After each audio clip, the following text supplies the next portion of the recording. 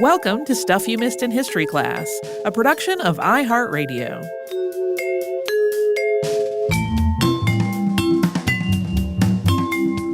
Hello and welcome to the podcast. I'm Holly Fry. And I'm Tracy V. Wilson. We mentioned quite recently that an Alphonse Bertillon episode was coming, and in a shocking turn of events, here it is with very little delay.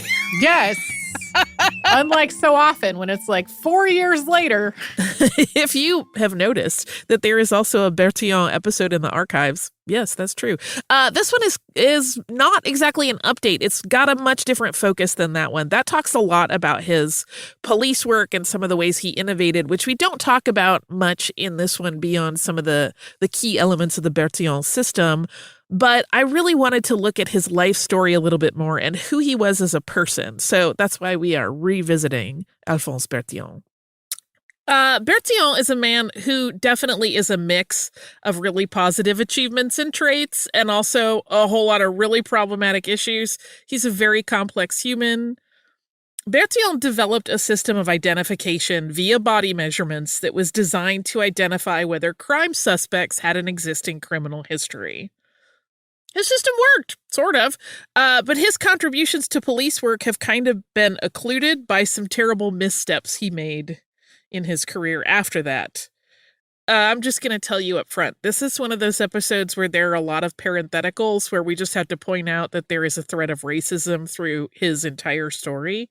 I don't want to detract from it by jokingly saying you're going to get a lot of this, but just brace for it. It's one of those things we're just acknowledging because in a lot of cases it doesn't do any good to really dig into it and go, here's how this was racist. Mm-hmm. One thing, the very title of it, you will know, is super racist. So know that going in as we examine Alphonse Bertillon.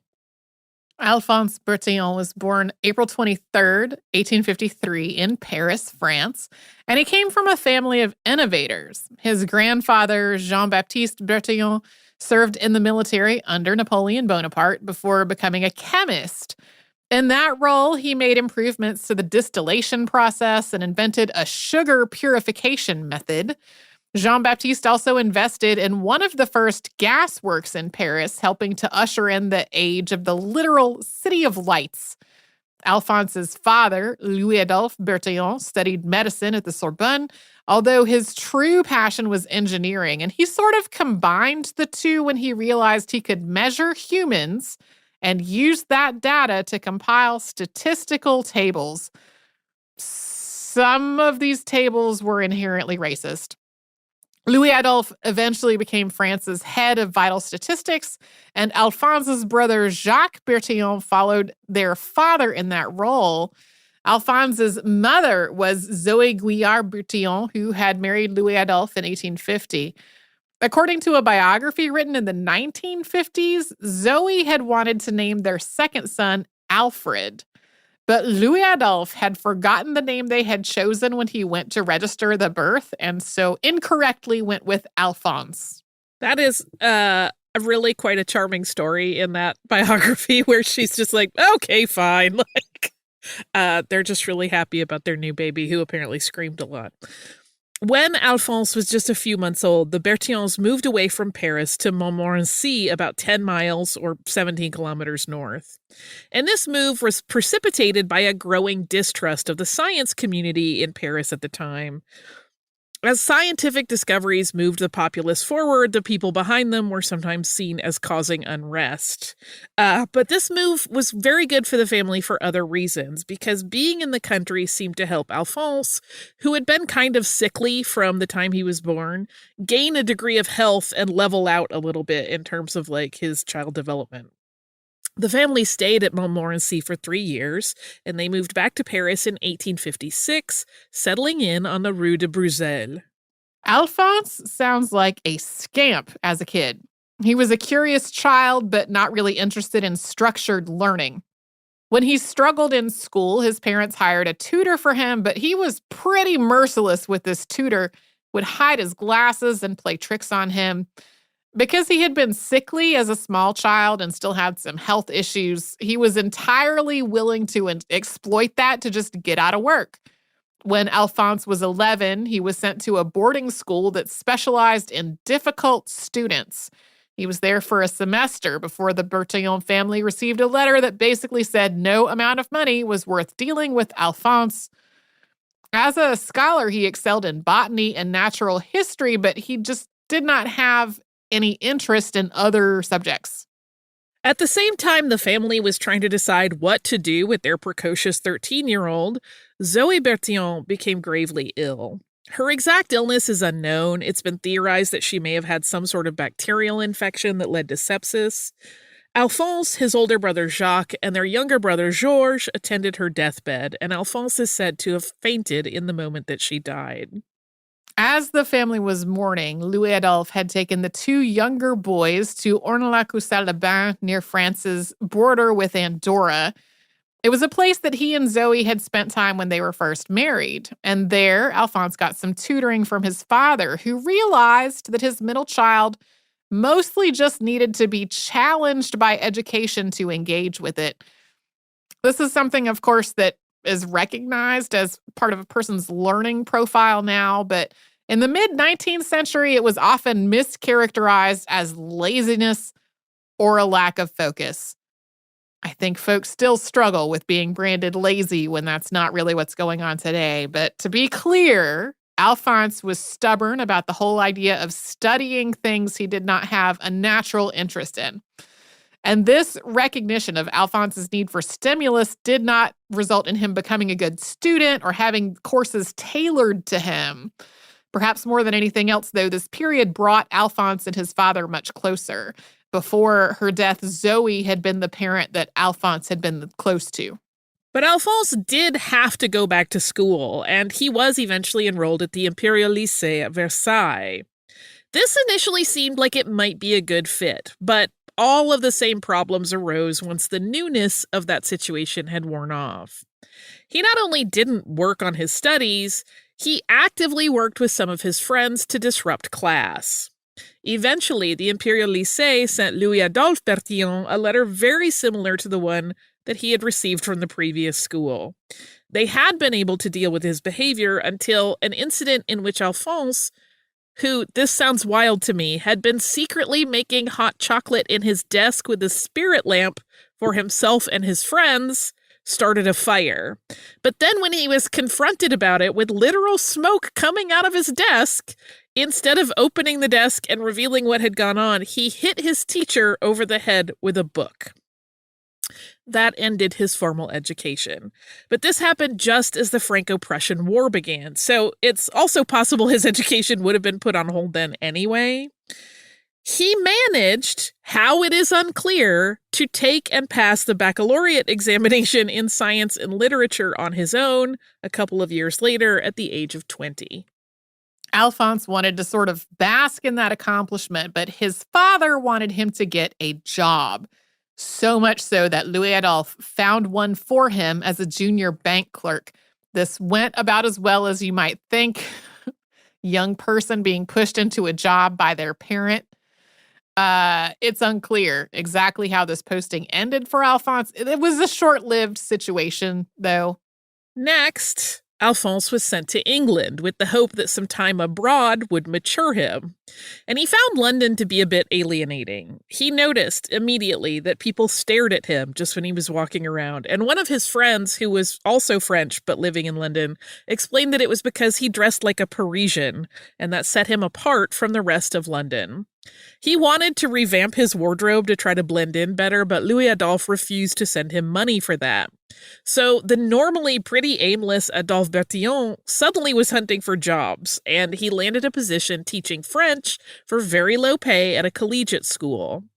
This was really challenging because he didn't really speak English much at all at this point, but he did manage. He next moved to a position as a private tutor, and he started to suggest to his family that maybe after he was done in London, he would go to university in England or in Scotland.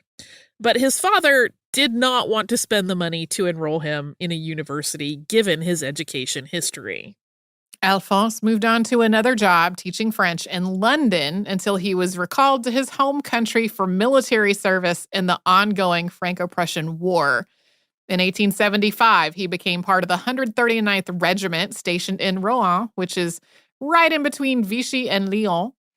He was moved at some point from an infantry to a clerical role and also decided that when he was done, he would go to medical school. So he started to use this downtime in the service to study medical texts. He became fascinated specifically with the skeleton. In a biography written in 1956, author Henry T.F. Rhodes states that even at this early point, Bertillon was, quote, devoted to and almost obsessed with a specialized problem. This was the dimensions of the human skeleton. That fascination with the human skeleton would feed into the way that Bertillon eventually made a name for himself. But before we get to that, we'll pause for a sponsor break.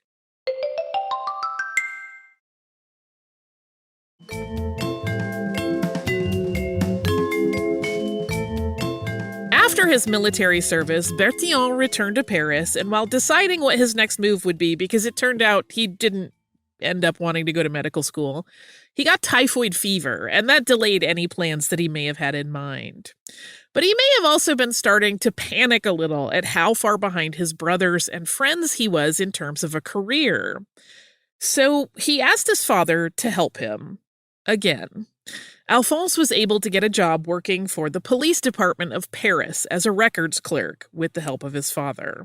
He started in that job on March 15th of 1879, and the 25-year-old Bertillon found that he had walked into a mess of disorganized records. One of the biggest problems is hard to imagine happening today.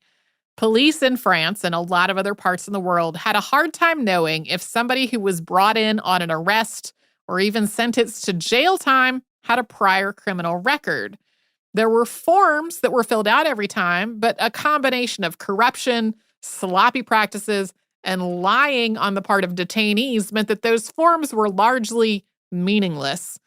A lot of this just wound up coming down to whether a police officer remembered a suspect from a previous offense. Adding to that, everybody seemed to include their own set of information on any intake documents, and there wasn't a set list of criteria that was supposed to be used. Before the 1830s, it had been standard practice in France to brand criminals.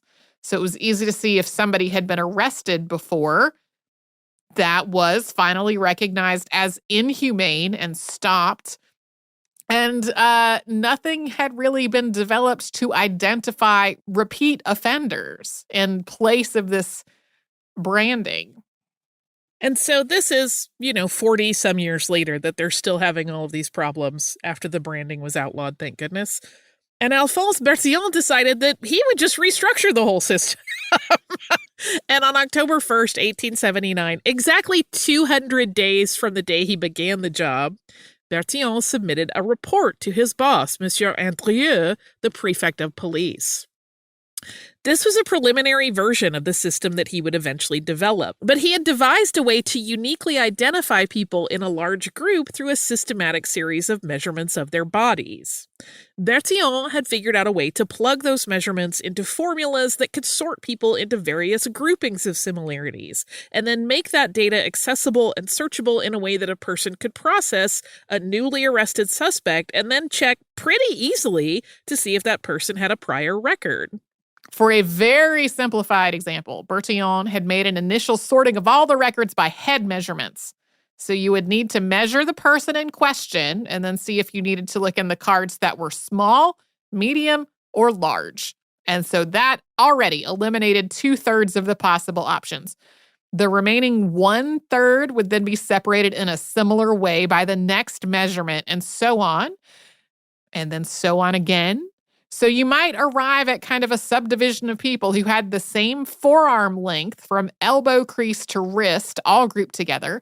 There would be a card for each of those people in a set that matched those measurements. And a police officer would use that measurement to find the card set and then sift through just a couple of dozen cards, not all the cards, to see if the same suspect had been previously booked or incarcerated. I feel like this is sort of a dichotomous key for humans, if anybody remembers that from like biology class. Additional measurements could be searched the same way to cross-reference and verify the identity of the person at hand. The entire system was predicated on Bertillon's realization that no two people would have all identical measurements. I will say this sounds maybe fiddly, but it sounded completely cockamamie to Prefect Andriot. Also, that no two people having all identical measurements did come back to bite him. We'll get to that. Bertillon was really disappointed that his superior did not see the functionality of this system, so he decided he would further refine it over the next 6 weeks. And then he submitted an updated version of the report, hoping that this time it would convince Andrieux of its value. This time, he was told very clearly that the police had an established record-keeping method and it was fine. And in response, Alphonse Bertillon told his superior that the system was actually a mess and of little practical use. It probably went over really well. But because he was a new clerk who had no prior experience in the field, he was told to simply drop it. And because his father had been the one to get him that job, Louis-Adolphe Bertillon got another letter about his son. This one suggesting not that he was unfocused or high-spirited, like the ones he had received when Alphonse was in school. This one suggested pretty bluntly and kind of grossly that there might be something actually wrong with Alphonse mentally. Like, maybe your kid should get treatment. But once Alphonse showed his father what he had been working on, the elder Bertillon totally understood it, and he had some insights into why other people might not initially. This combination of statistics with physiological analysis had never been used in quite this way. It was complex, but it did really make it possible to find existing information about a person if they were in the records.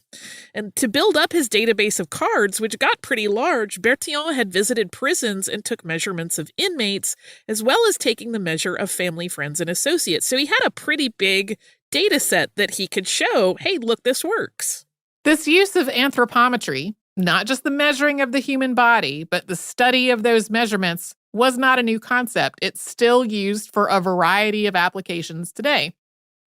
It is a study that has a lot of problematic issues in its history because often the data collected had been used to try to make connections about race and behavior. The pseudosciences of phrenology and physiognomy are based on it, and there have been many, many, many anthropologists over the years who have announced incorrect, generalized conclusions about groups of people using anthropometry as their evidence. Today, this is mostly used for things like designing seats for cars and airplanes, for things like clothing size for manufacture. But in the 1880s, Bertillon was not trying to use interpretive analysis to suggest that people with measurement X were more likely to commit a certain type of crime, although the system did get used that way by some police departments. We have talked about that on the show recently. He was just trying to show that no two people would have the exact same data set, and that if you set up a system correctly, you could use their unique profile to search for them in a big system. This also has some problems, which we'll talk about in a bit. They're different problems, though, than trying to say that you can tell whether somebody is a criminal by what their head is like. Yeah, and he even said as much in an interview with prior podcast subject Ida Tarbell at one point, like, no, that's not what this is for. You cannot make the connection that, like, a man with blue eyes will do X, Y, or Z. Like, this is literally just to find people. Although he was also aware that people were going to make those jumps.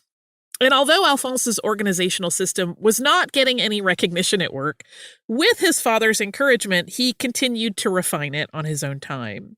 He had a growing collection of measuring tools, and he made continuously updated records of himself and other volunteers. The list of measurements eventually included the length and width of the head, the length of the middle finger, the length of the left foot, and the length of the forearm from elbow to the end of the middle finger. There were also notes recorded of body shape, any scars, tattoos, or other unique identifiers, eye color, hair color, and it's listed as like hair quality. It sort of comes down to like hair texture and like, is it thick, is it thin, is it curly, is it not? He also included a fairly new technology, which was photography. We've talked about the history of photography many times on the show before, so this is not really new information. The daguerreotype was introduced in 1839, 4 decades before this work by Bertillon. And in those 4 decades, it had progressed considerably. It still was pretty new, though. The first mass market camera was still about 10 years away. And there was already photography in use in police precincts, but it wasn't really commonplace. Bertillon felt that his measurement system would be even more useful if he could attach standardized photos to the records. He established measured distances from the chair that the subject was seated in to the camera and the full front and full side angles they would be photographed from. This system, known as portrait parlé, is considered the invention of the mugshot. If you've ever seen old mugshots from Europe in particular, in which there were what looked like rulers and calipers and things like that to position the subject's head, that's because they're using the Bertillonage system or a variation of it. He had, in the meantime, not for this work, gotten a promotion from being a junior clerk, but he was still kind of viewed as a pain in the neck and an outsider within his department. He did his job and was apparently pretty good in terms of work ethic, but he did not really make any friends at the police department. But he was befriended by a young woman by chance when crossing the street one day. She asked him if he would help her cross because she was nearsighted and she was afraid of traffic. And he obliged, and once they had crossed, they introduced themselves to one another.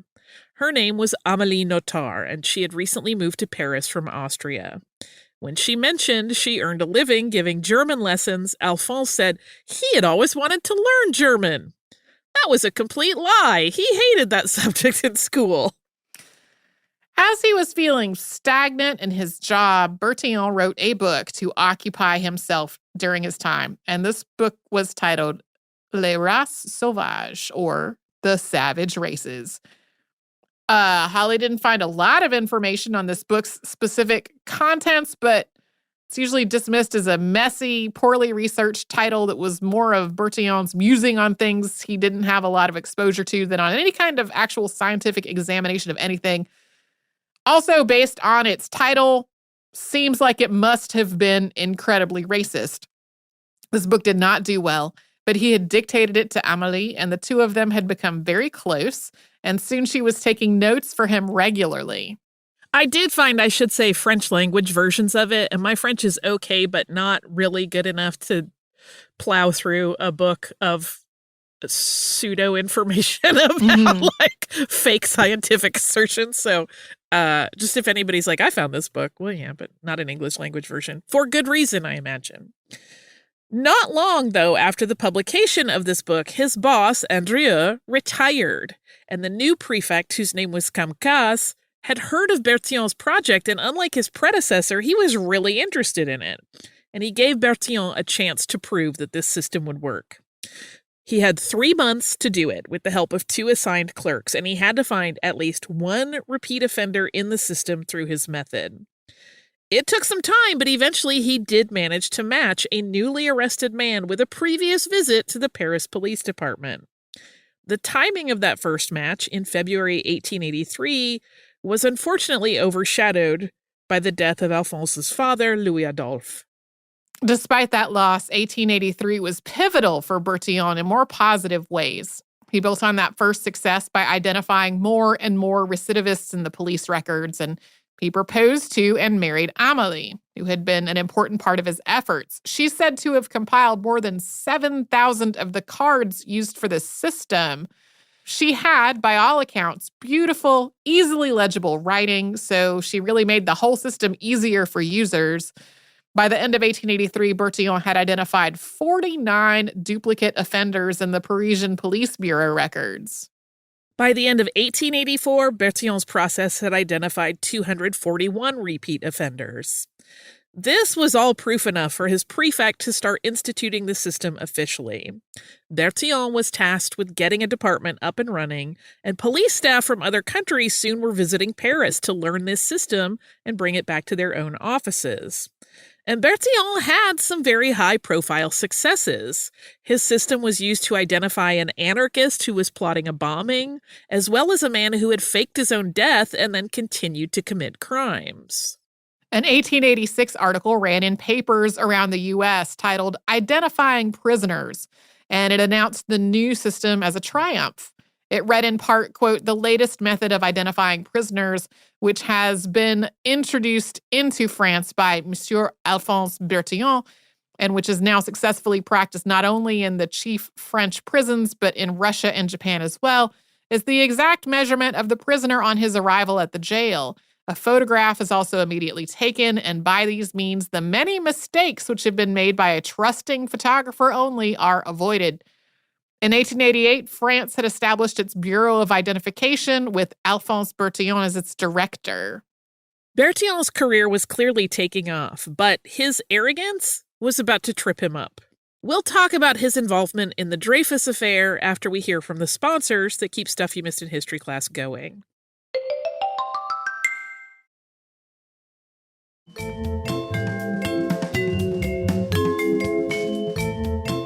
As use of Bertillonage began to spread, there were naturally detractors. One of the biggest early criticisms was simply disbelief that there couldn't be duplicate people within the system. In a statement in 1893, Bertillon said, quote, "The ideal card of the average man, more exactly than Français banal, that is to say, an individual in whom all the measurements correspond exactly to the average dimension, quite simply does not exist. It is never found, even in the most central section of my cabinets. There are, of course, cards which approach this ideal configuration, but the related measures never approached each other so closely that they can be confused." That assertion would be proven wrong. There were other issues with the system, and we're going to get to them in a moment. But here's the thing. Bertillon was stubborn when it came to criticism. He was terrible at hearing anybody criticize his work, and he always insisted that the critic was the one in the wrong. Bertillon's arrogance caused a great deal of harm when he was asked to consult on the case of Captain Alfred Dreyfus, which we've covered on the show as a two-parter. The short version, Dreyfus was tried for selling military secrets to Germany in 1894. A key piece of evidence in this trial was a handwritten document which contained information about state secrets and their sale, and Bertillon was asked to analyze the handwriting. Now, he was not a handwriting expert, but his reputation had become so well known for his police work that people thought he was the obvious choice. In the 6 years since the Bureau of Identification had been formed, he had developed other means of using his mathematical formulas to measure both people and evidence, and he thought he could similarly use it to analyze handwriting, and this was disastrous. Bertillon, undoubtedly biased by anti-Semitism, which was an enormous problem in France at the time, determined that Dreyfus, who was Jewish, had forged his own handwriting in an effort to conceal his involvement in this traitorous sale of state secrets. He explained to the court at the trial that Dreyfus had formed the letters using a square grid as the first disguise pass, and then worked from that version to make a bad copy of his own writing. Bertillon may have believed that he had figured out a criminal mastermind's method, but what he really did was get a totally innocent man exiled to Devil's Island and spark an enormous cultural rift and giant anti-Semitic backlash in France. But even when new evidence came to light indicating that the real traitor was Ferdinand Walsen Esterhazy, including a confession, and not Dreyfus, Bertillon continued to vehemently assert that Dreyfus had to be the guilty party. His testimony during Dreyfus's second trial was described this way by a member of the press. Quote, "Now and again, Monsieur Bertillon's voice rose in hateful shrieks. There were interludes when he clenched his fist and struck the bar, swearing that Dreyfus was the traitor. The voice rang out with passion and excitement. You beheld in him the man vain unto madness with confidence in his atrocious fantasies. He was at last taking his revenge for all the insults of those who had called him a fit subject for an asylum of the insane." Bertillon never conceded that he had been wrong in this matter, even after real handwriting experts had proven his conclusions and his methods false, and he proclaimed this correctness even to his deathbed. While this scandal caused some damage to his reputation as a handwriting expert, and his work had contributed in a major way to a very real crisis. The family cost was greater. Alphonse's brother Jacques, also a well-respected statistician, was married to Polish physician Caroline Schultz. Caroline was Jewish, and Jacques was so upset by Alphonse Bertillon's insistence that Alfred Dreyfus must be guilty that these two brothers had a massive falling out, and they did not speak for years. Over time, the Bertillonage method was recognized as having problems. From the very beginning of it being put to practical use in police departments around the world, its flaws became more and more apparent. For one thing, there were a lot of devices that needed to be acquired and then maintained and constantly calibrated for measuring. For another, there was significant training needed for implementation. Any clerk or officer who was going to use those many devices and tools needed fairly advanced instructions on how to use them, and different users would often return different measurements of the same subject. Sometimes the same user would return different measurements on the same subject if they took a second set. Bertillon, as he always did, denied all of this, stating that, quote, anyone who is not an imbecile could learn to measure in 5 minutes and never forget the process. This system also did not really account for things like the way a person's body changes as it ages. So as a subject aged, it was less and less likely that they would match up with a Bertillon card from their younger years. Additionally, incidents started to pop up where two different people were identified as the same person, something that Bertillon had insisted was not possible. By the end of the 19th century, as fingerprinting started to be adopted by many law enforcement offices, the Bertillon system, which had briefly been hailed as a revolutionary tool, started to fall out of favor. Did not take long after its introduction. Bertillon had initially rallied against the use of fingerprints, although over time, they started to be included with Bertillon cards in police files. The mugshot, however, with its standard front and profile images, that's endured. Despite the scandal of the Dreyfus affair, Bertillon continued to be given awards for his work in criminology.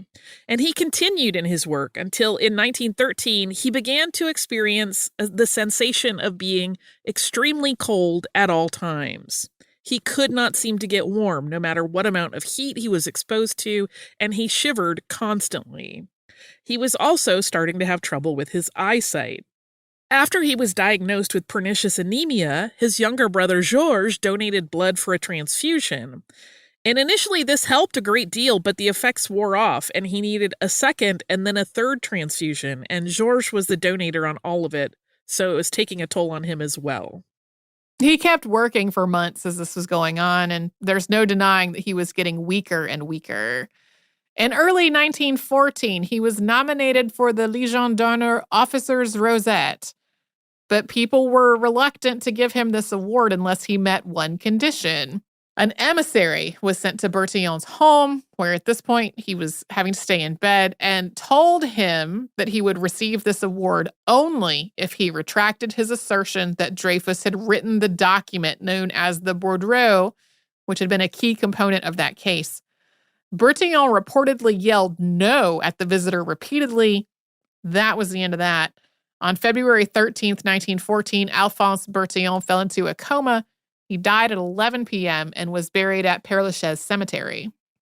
In the September 1915 edition of the Journal of the American Institute of Criminal Law and Criminology, lawyer and author Raymond B. Fosdick wrote, quote, in the death of Alphonse Bertillon in February 1914, the anthropometric method of identification probably suffered its final blow. For a decade, his prestige and personality were the only supports of a system that, in Europe at least, had been fast losing ground. Persistently, even stubbornly, he endeavored to save the method which was the product of his genius and which bore his name, but he lived to see it discarded in nearly every country in Europe except his own. And even in France, now that the weight of his influence and his really compelling personality are gone, it is doubtful whether his system of identification will be continued. One of the issues that arises when looking at Bertillon's life is that there are some big gaps in the information. One cause was that his wife Amélie, in her grief, destroyed a lot of his papers after he died. As a consequence, we really don't know a whole lot about his personal thoughts on a lot of the events that took place during his life. His actions and behaviors, once he started on the system that would be the basis of his life's work, show a man that was driven by a pursuit of the truth, but also distracted from that truth by hubris. Perhaps the best summation of the complicated Bertillon was written by Richard Fairbrother and Julian Champkin in 2014 for the periodical Significance, in which they said he was, quote, passionate about measuring everything that could be measured and some things that could not really be measured besides. Alphonse Bertillon, you are a quandary. Mm-hmm. I will talk so much about the various ways he is discussed in our behind the scenes on Friday. Mm-hmm. But in the meantime, I want to talk to you about stroganoff. This is from our listener, Chelsea, who writes, Dear Holly and Tracy, I want to begin by thanking you both for such a wonderful podcast. I've been a listener since the beginning, and I have loved listening to the podcast mature and grow over time with the two of you making it your own. You've done such a phenomenal job of tackling difficult and interesting topics, and I always can't wait to hear what's next. This is a little late because I listen exclusively when driving, so I'm always a bit behind. Sidebar, you never have to apologize. We suffer the same problems when we're going about our lives. We fall behind on the things we love all the time. Chelsea continues, I just listened to your Oops All Noodles episode, and I was excited that you were covering beef stroganoff. My husband and I have had a long-standing disagreement about how to make stroganoff going back to the beginning of our marriage. He does the majority of the cooking since he's better at it, but stroganoff is something that I feel confident about. The first time I made it, he couldn't believe I was adding tomato paste and leaving out the mushrooms because I don't like them. He thought that was absolutely ridiculous because his recipe uses paprika instead. He claimed that adding tomato paste and omitting mushrooms changed the intent of the dish. I said this was how I learned to make it and that I would stick with what I know. This has become such an inside joke between us that now, years later, when we're meal planning for the week, if stroganoff is suggested, it becomes an entire family discussion about, are we making mom stroganoff or dad stroganoff, complete with a lot of knowing glances and the kids taking sides.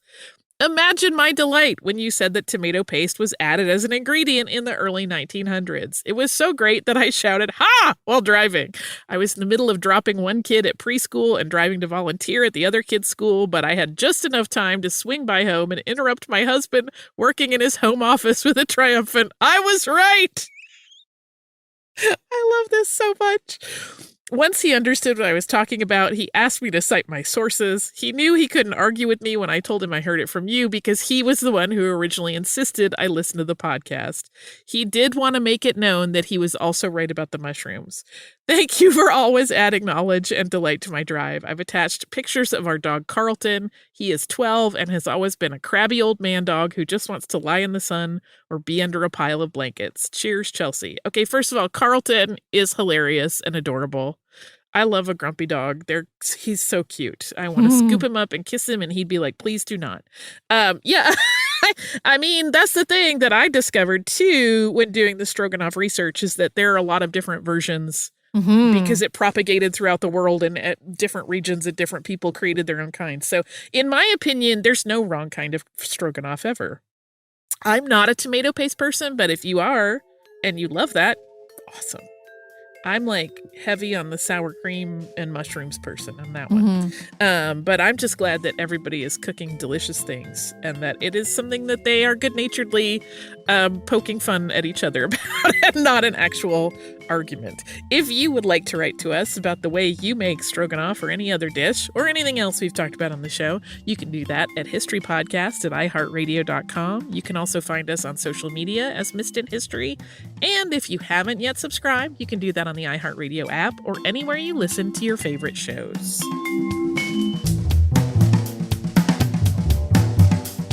Stuff You Missed in History Class is a production of iHeartRadio. For more podcasts from iHeartRadio, visit the iHeartRadio app, Apple Podcasts, or wherever you listen to your favorite shows.